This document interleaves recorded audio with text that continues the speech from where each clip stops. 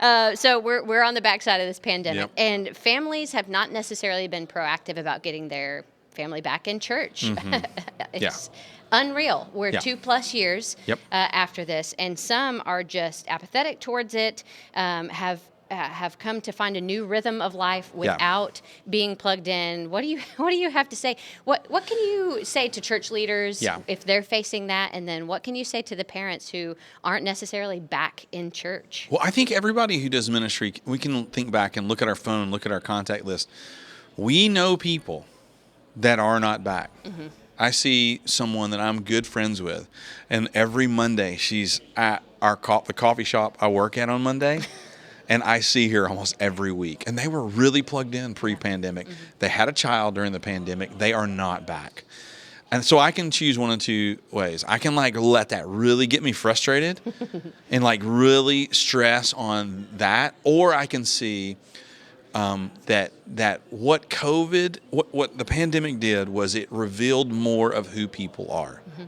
So this isn't new. It was a moment. It was like a shakeup, and it revealed what they're passionate about and who they are, and it revealed a lot about them. Maya Angelou, there's a quote that she says. It says, "Let people will show you who they are. Let them." And that's all that COVID has done. Really? Is Yeah. just said hey, this is what we value or what we don't value. And some people we thought they really did place a high value on their relationship with Christ. We thought that they were really deeply connected in church. We thought they were a part of our spiritual family. What we're seeing is that to the core they were shaken. And we're seeing the outflow of that. And so when we're talking about apathetic families, people that we're just seeing large amounts of just spiritual apathy, what they're showing us is instead of getting mad at them, those are the very people we've got to reframe and go, those people need to be discipled. Because obviously there was something before this that now we can see clearly that they weren't as connected as we thought, and they weren't really even growing. Right. They may have just been attending and in their busyness, but the whole way their heart was far from the gospel. Yeah. That's how I'm dealing with it. Right. So what can you say to church leaders? So they've identified these families. They want to connect with them. How can they get them regularly engaged and hopefully spiritually vital? You said they need to be discipled. So it's easy to say this, that we want to re-engage those families and identify them and disciple them. But what's that actually look like? Give us some practical things Well, here. I think it's first off, I think we have to be really honest with our congregation, and I think we have to be verbal. We've been talking more and more about in the idea of inviting and investing. So who are you specifically that has drifted away? Who are you inviting back?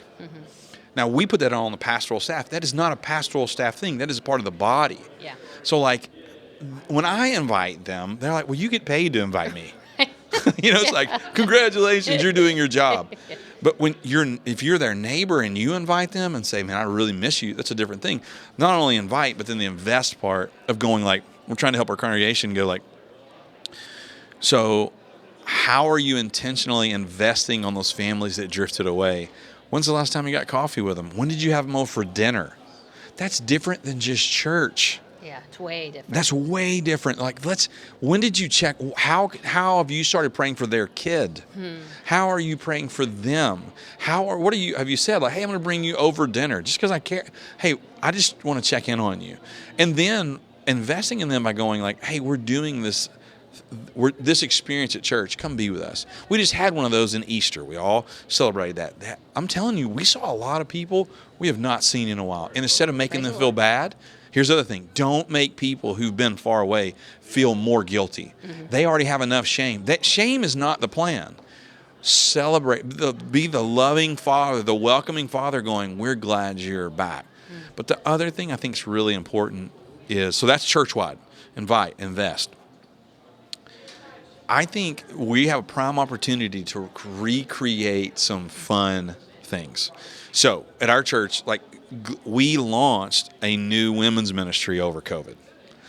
And so this week they're doing a game night.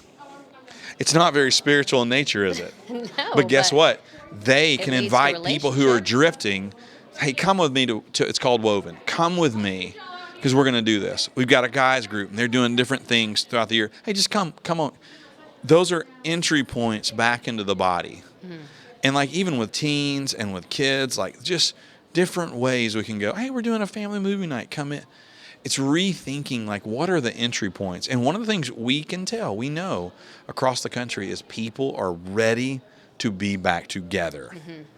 And it's not all just about, so you make Sunday, you never know when the Sunday is going to be that they're back. Yeah. So every Sunday matters, work hard on Sunday, but find these other smaller, less threatening opportunities. I think we've got an issue of like just people feeling really guilty. You know, when I fall out of the gym, sometimes I don't want to go back because I've let the trainer down. Yeah. So we've got to attack that. What if Satan is using people's guilt and shame to keep them more isolated back at home? Like, well, if I go back, like, what are people going to think? Right. Address that and create other avenues for them to get back in. Yeah.